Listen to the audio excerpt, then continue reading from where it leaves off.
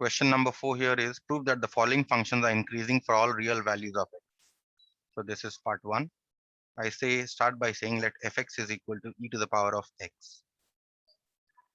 Okay, so therefore f dash x is equal to e to the power of x. Now e to the power of x can never be equal to 0.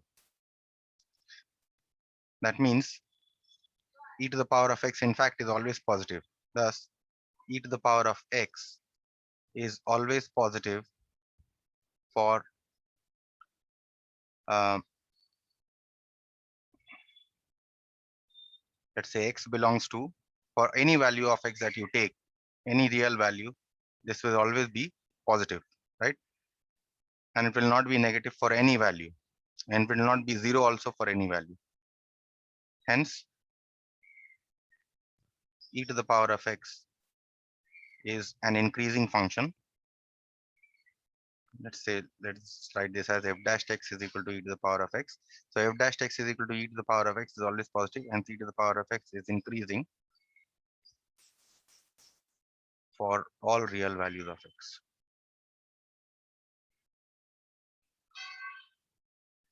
Because for whatever value, real value of x that you take, it will always be positive. E to the power of x cannot be negative, right? Now, if you don't know, then e, the approximate value of e here is, e is actually called an Euler number.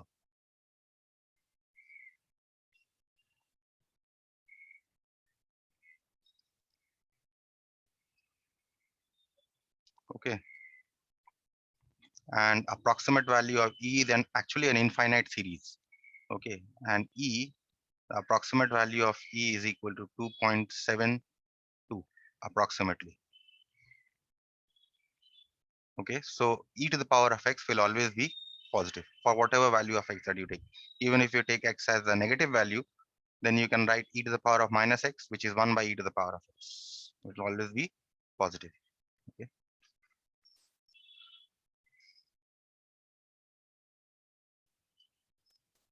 Next one, 4 part 2. Start by saying let fx is equal to ln 1 plus x. Ln means natural log.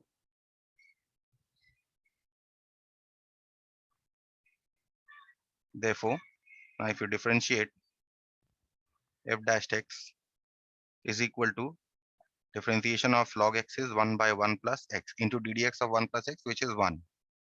And what should be the differentiation of 1 by 1 plus x? It is minus 1 by 1 plus x whole square. Right? Now from these two, you can take 1 by 1 plus x common. So you are left with 1 minus 1 by 1 plus x.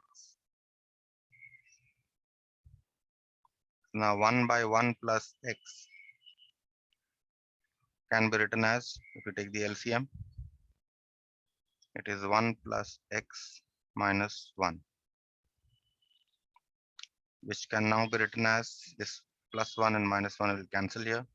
You get x by 1 plus x whole square. Okay. Now it is very clear that 1 by denominator here will be positive, right? And for any value of x that you take, which is, when is ln 1 plus x defined? This ln 1 plus x. When is ln 1 plus x defined? When 1 plus x is greater than 0, right? So here 1 plus x has to be greater than 0. That means x has to be greater than minus 1. So for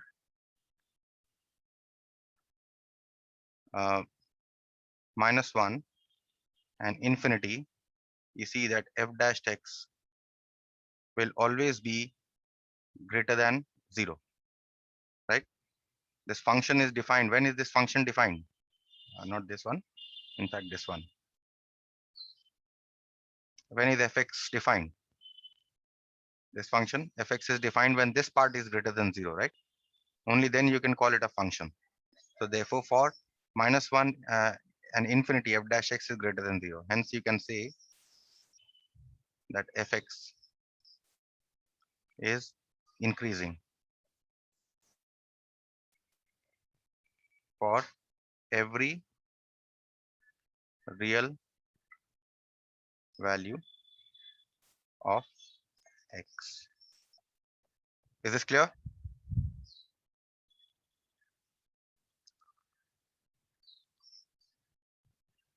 Yes, sir. Why I have taken x greater than -1? Is this clear? This part is very important. Sir, yes, sir. So therefore, this proves our result. Number 5.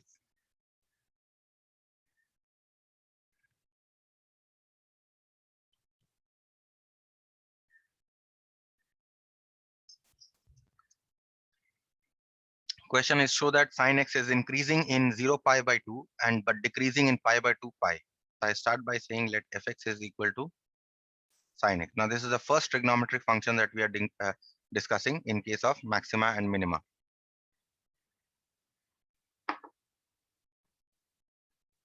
To differentiate this, you get f dash x is equal to cos x, right? Now for maximum or minimum, or let's say for turning points, as I have written earlier also, for turning or stationary points,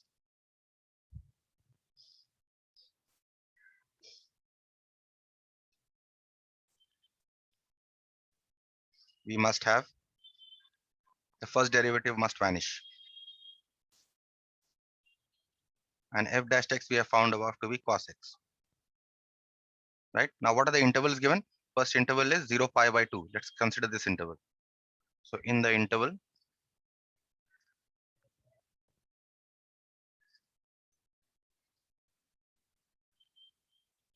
in fact, there is no need for turning points. We just need to show increasing and decreasing. There's no need to do this. We just differentiate. We don't need to find out the maxima and minima here. Okay, so what we'll do is we'll say in the interval, what is the first interval? 0 pi by 2. F dash x is equal to cos x. Now, if you put in this interval any value that you take, if x is acute, obviously cos will be positive. Thus, fx is increasing in 0 pi by 2. Okay. Now, what is the next interval that you have to show? You have to show that it is decreasing in pi by 2 pi. Let's consider that interval. In the interval pi by 2 pi, what is the sign of f dash x? Pi by 2 pi means the second quadrant, right? In the second quadrant, cos is negative, right? So therefore, as we say, fx is decreasing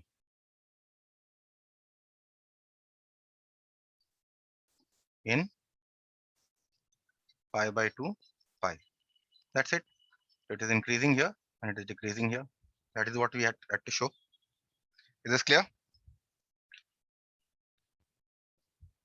You can Yes, move sir. on to the next one. Yes.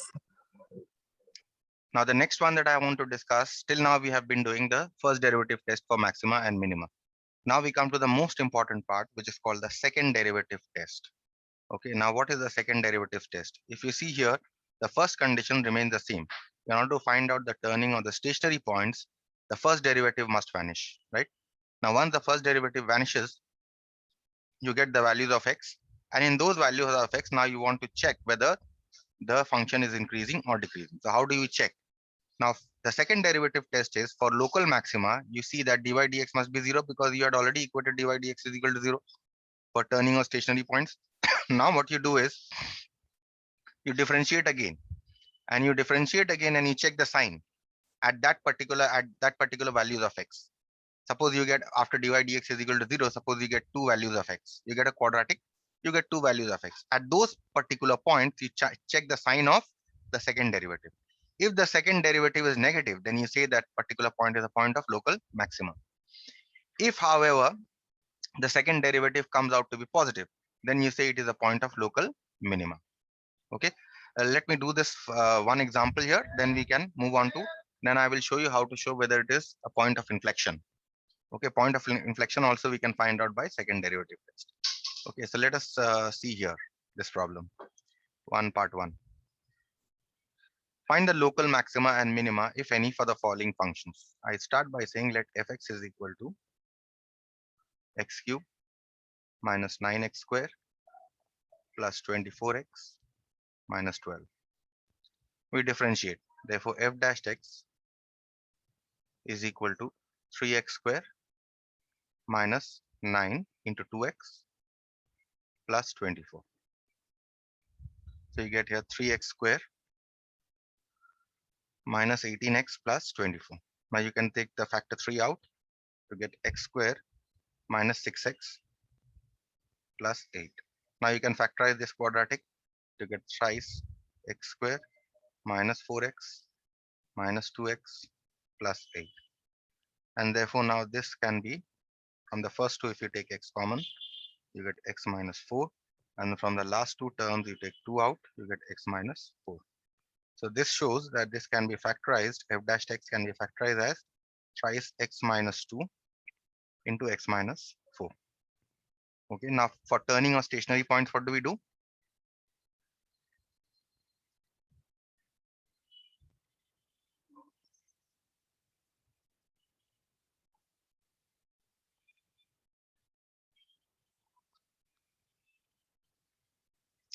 First derivative must vanish. That means f dash x must be equal to 0.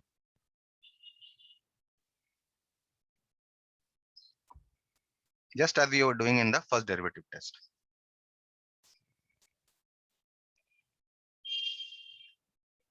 Okay, so this gives x is equal to 2 or x is equal to 4. Now I've got two values of x, right? Now comes the main second derivative test. Here you have to apply the second derivative test. Now instead of dividing it into intervals as we were doing in the last section, here we differentiate, we find the second derivative of fx, right? Which is f double dash x.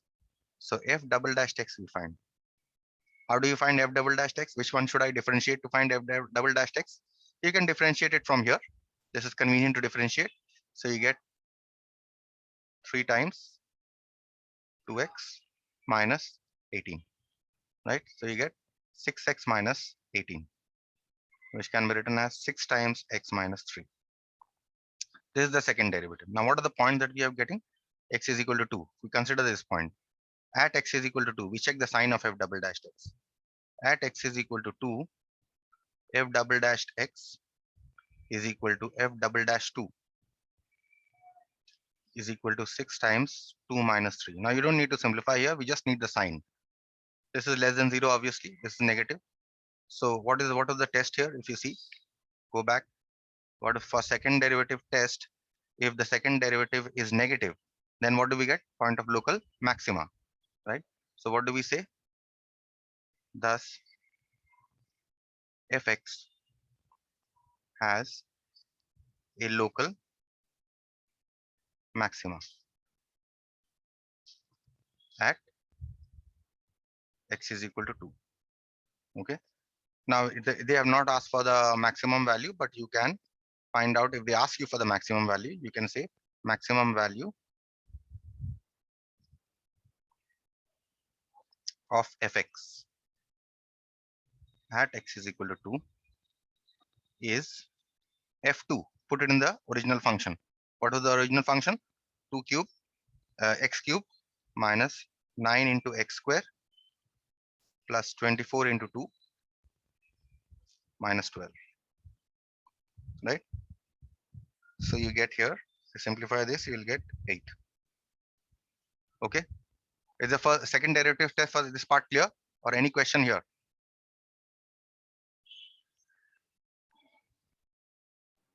Sir, No question? Yes, Okay. Now again we check, now since we have found out f double dash x is equal to 6x minus 3, now we check for the next point. What is the next point here? Next point is x is equal to 4. So at x is equal to 4, f double dash x is equal to f double dash 4 is equal to 6 times x minus 3 was f double dash x, right? So put x is equal to 4, 4 minus 3. So what are you getting? You are getting this as positive. So what can I say? At x is equal to 2, thus fx has a local maxima, a minima. Because the second derivative is positive, we say fx has a local minima.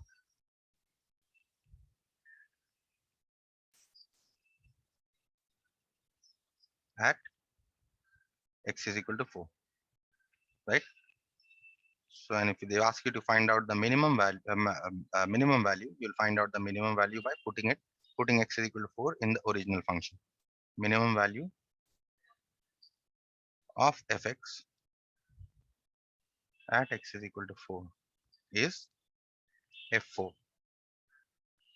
Put it in the function 4 cube minus 9 into 4 square plus 24 into 4 minus 12.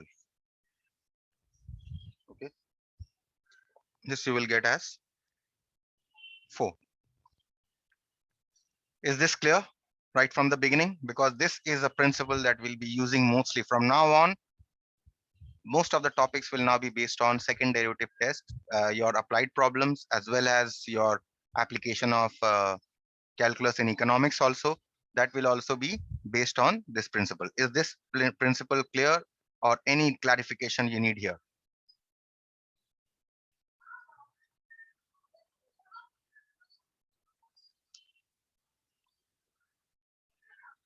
Any clarification you need here in this, in any of the steps?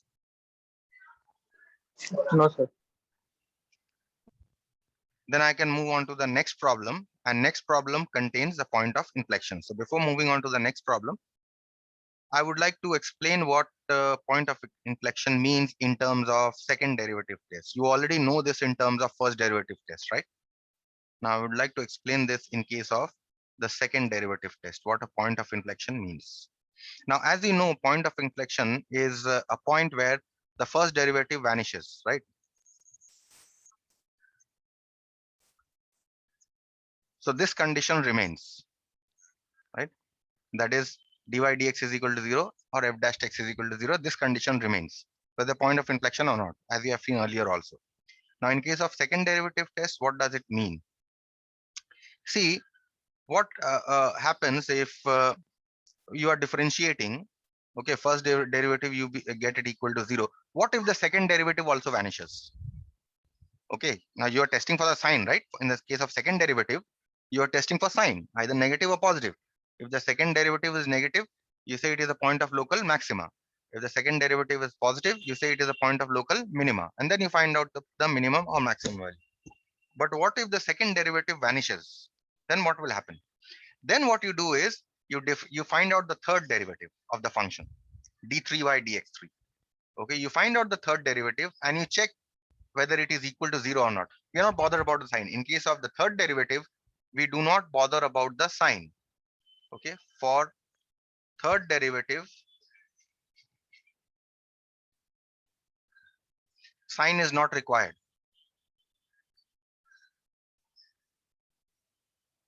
Okay, we only check whether it is not equal to 0 or not equal to 0.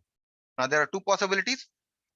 Third derivative can either be equal to 0 or can be non-zero. If it is not equal to 0, then we say it is a point of inflection. That means we get a point of inflection.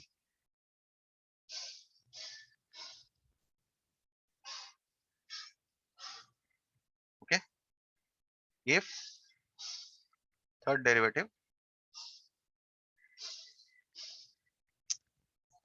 is not equal to, is equal to 0. In fact,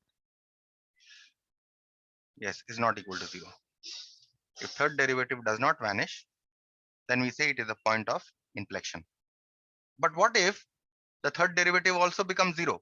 First derivative you have equated to be 0. Second derivative you check, it comes to be 0. Third derivative also comes to be 0. Then what do you do? Then you find out the fourth derivative. Okay. Then what do? You find out d4y dx4. And here you check the sign. Now if d4y dx4 is less than 0, we get a point of local maxima.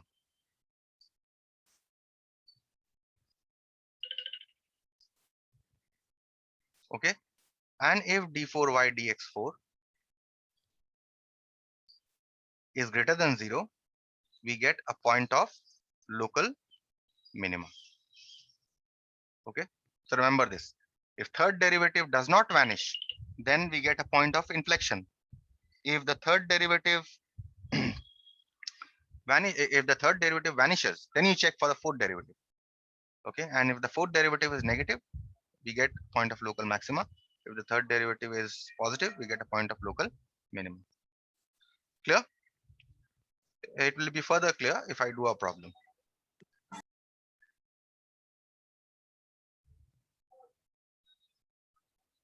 Let's see the next problem.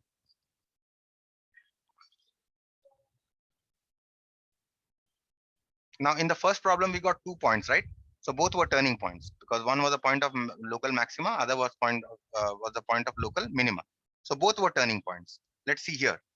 Let fx is equal to 3x to the power of 4 plus 8x cube plus 6x squared. Okay.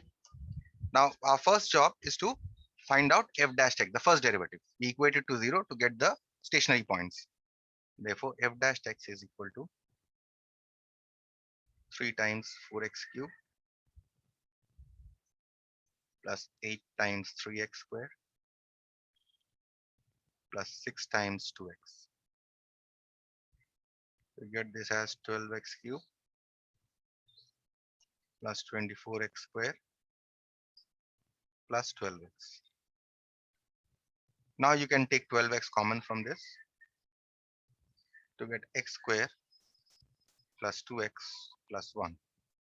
Now x square plus 2x plus 1 is x plus 1 whole square. Here factorize this. Now for turning or stationary points,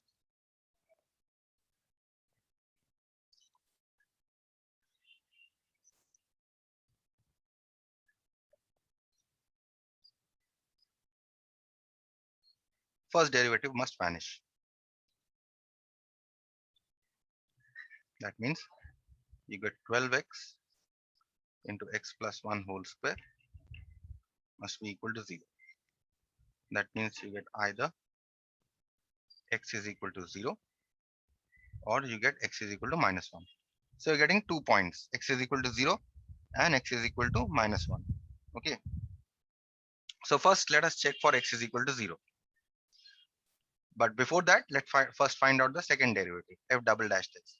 Now how do you find out f double dash x? Which step will be convenient for you to find?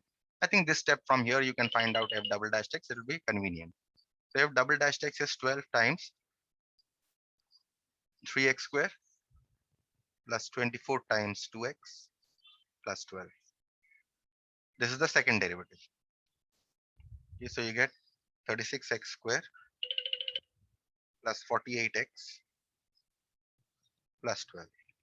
And from here, you can take 12 common to get 3x square plus 4x plus 1. Okay. Which if you want, you can factorize, but no point factorizing the second derivative because we only want the sign of the second derivative. Okay, so let's consider the first point. At the point x is equal to 0, f double dash x is equal to f double dash 0 is equal to 12. Put the value x is equal to 0 and check the sign. So what is the sign here? It is positive, right? So what can I say? Thus, fx has a point of local minima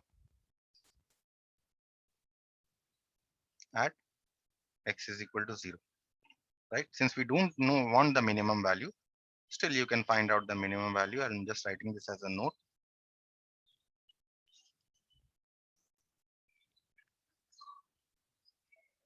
Okay, minimum value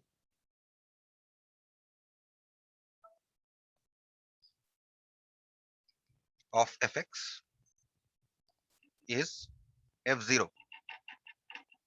Put it in the function 3 into x to the power of 4 plus 8 into x cube plus 6 into x square. So the minimum value of the function is 0. Now one more point is left, which is x is equal to -1. So let's check here at the point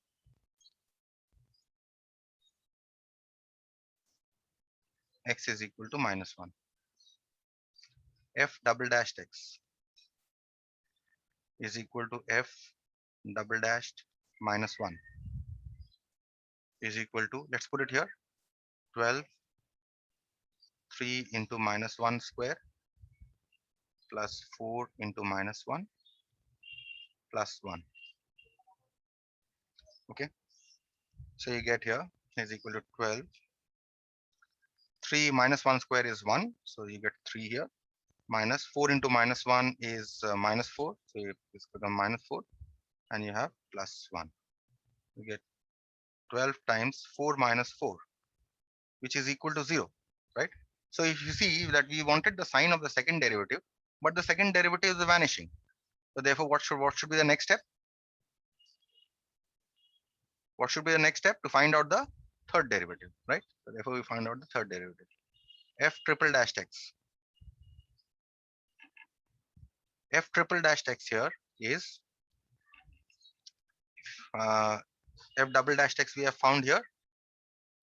It will be convenient to find out from here. F triple dash x, differentiate this. So you get 36 into 2x, right? And then you have plus 48. Okay, this is f triple dash x. So you get here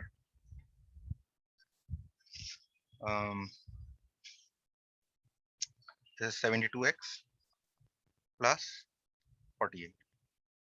You can take 12 all common here to get 6x plus 4, right? Or you can leave it this way only, because we are only concerned with whether it is equal to 0 or not equal to 0.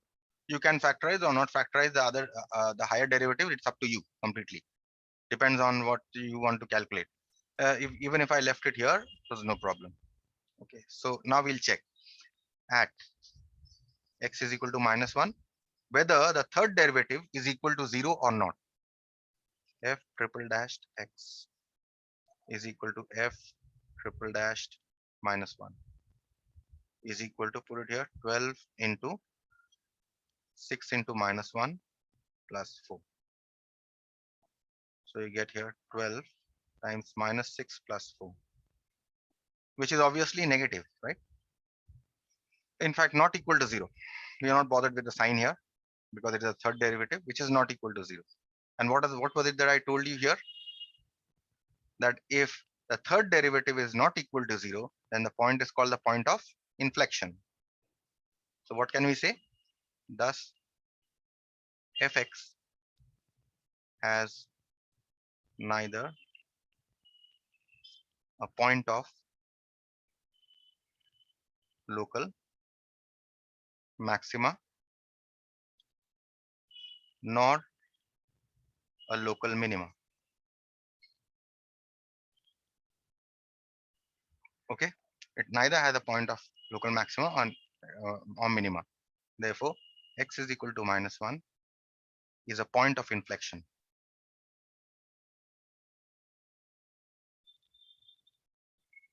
Of fx.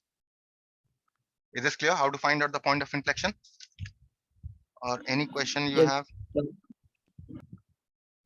How to find out the point of local maxima, minima, and point of inflection in this case. Okay. This calls for one more problem and then we'll call it a day. So second derivative rules are not also very easy. Go through the rules. It is the applied problem later on that you might find a little difficult. These problems are quite easy, and in fact, these kind of problems you are going to get in your applications of calculus in economics. These are the kind of problems that you are going to get.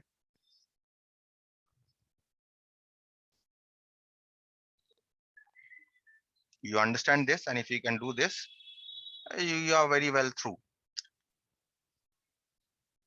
Applied problems, normally you get, if you want to score above 90%, only then applied problems you have to master. Otherwise, you can always skip the applied problems. However, for science students, applied problems are very important.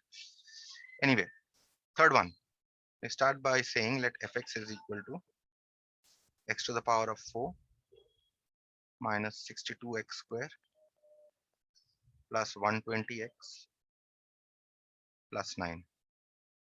We find out the first derivative, f dash x is equal to 4x cube minus 62 into 2x plus 120. Okay.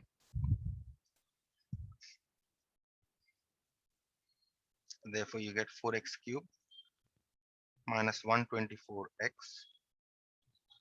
plus 120. Which you can take 4 common, you get x cube minus 31x plus 30. Okay, now you need to factorize this. How do you factorize the cubic? We can factorize the cubic by trial and error, right? Putting x is equal to 1. By factor theorem, if you remember from your class 10 knowledge, putting x is equal to 1, we get f double dashed 1 is equal to 4 into 1 cube minus 31 into 1 plus 30, which is equal to 0. Therefore, what can we say? X minus 1 is a factor of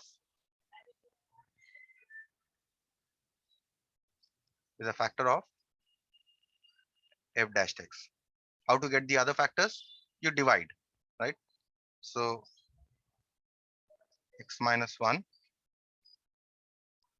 you divide by x cube minus 31x plus 30. First, your x minus 1 you multiply by x square, you get x cube minus x square. X cube minus x square. But here you have an x, right? So this cancels. Here you have plus. So what are you left with? You're left with x square minus 31x. See that there is an x here, there's an x square here. That is why I have written separately. Okay. So now you must multiply by x. So you get here x square minus x. Again subtract. This cancels. So you get minus 30x and you bring down this 30. And what must you multiply now by? You must multiply now by minus 30 to get minus 30x plus 30. Sumit Gupta, Yes, sir. you remember your class 8 Yes, sir. when I taught you this for the first time? Yes, sir. Good. X minus 1 into x square plus x minus 30. Okay, so f dash x has been factorized into two factors. Now further you see that x square plus x minus 30 can also be factorized by middle term factorization. Square plus 6x minus 5x minus 30, which is equal to x minus 1 x into x plus 6 minus 5 into x plus 6. So this has been resolved in three factors: x minus 1, x minus 5, and x plus 6, right? So now once we have factorized this for turning or stationary points,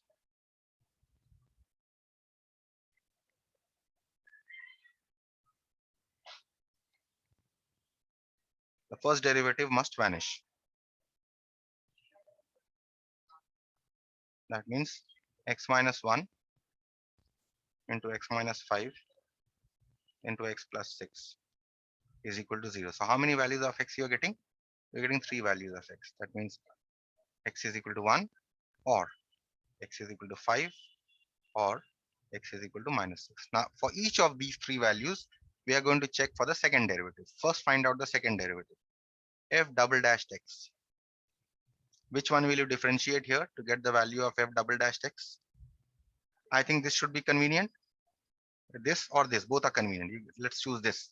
The 4 into 3x square.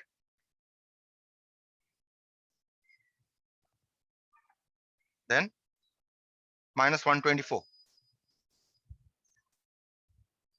Right? So this gives you 12x square minus 124 into 4 will give you 6, and you get 9, and you get 496. Right? So now you can take 12 common to get here. No, not, you cannot take 12 common here. You have to take 4 common because 496 will not divide with 12, I think. So you can take 4 common. So you get 3x square minus 31. This is what you are getting, f double dash x. Now at each of these values of x, we are going to check the sign of the second derivative. At x is equal to 1, f double dash x is equal to f double dash 1 is equal to 4, 3 into 1 square minus 31. Now we need not simplify this because we only need the sign. So this is obviously negative. So what can we say? Thus fx has a point of local maxima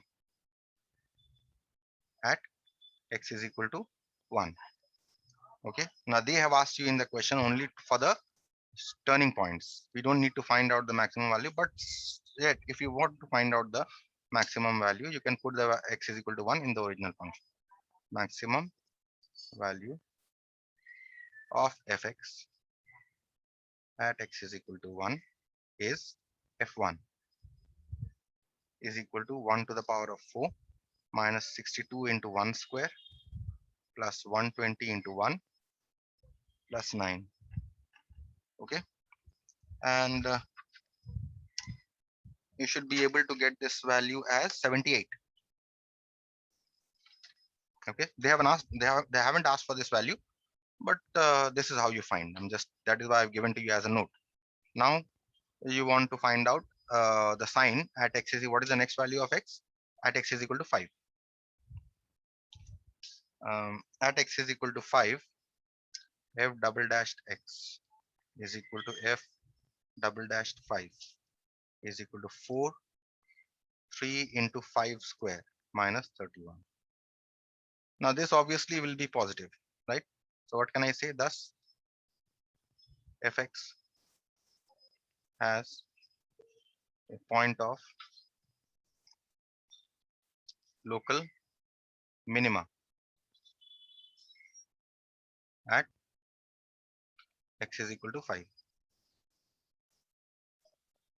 right? And what is the minimum value?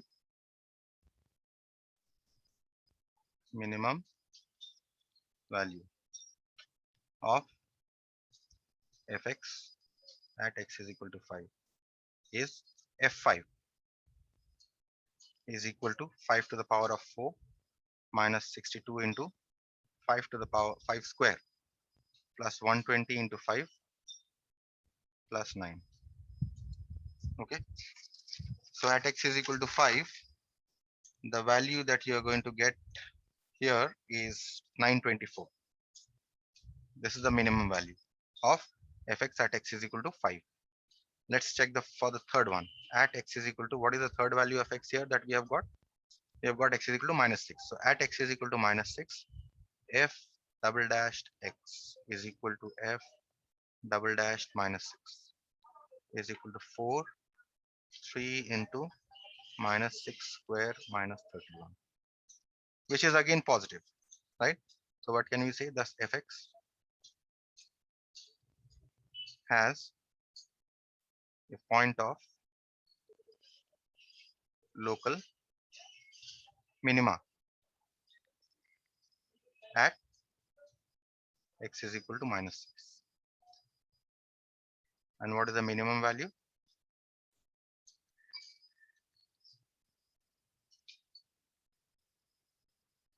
Of fx at x is equal to -6 is f minus 6 is equal to, put it in the function. So you have -6 to the power of 4 minus 62 into -6 square plus 120 into -6 plus 9. You can simplify this to get -1647. Okay, so you are getting all, for all the 3 points, you are getting some local maxima or minima. That means what can you say finally? That x is equal to, what are the values that we are getting? X is equal to 1, x is equal to 5, and x is equal to -6 are all turning points.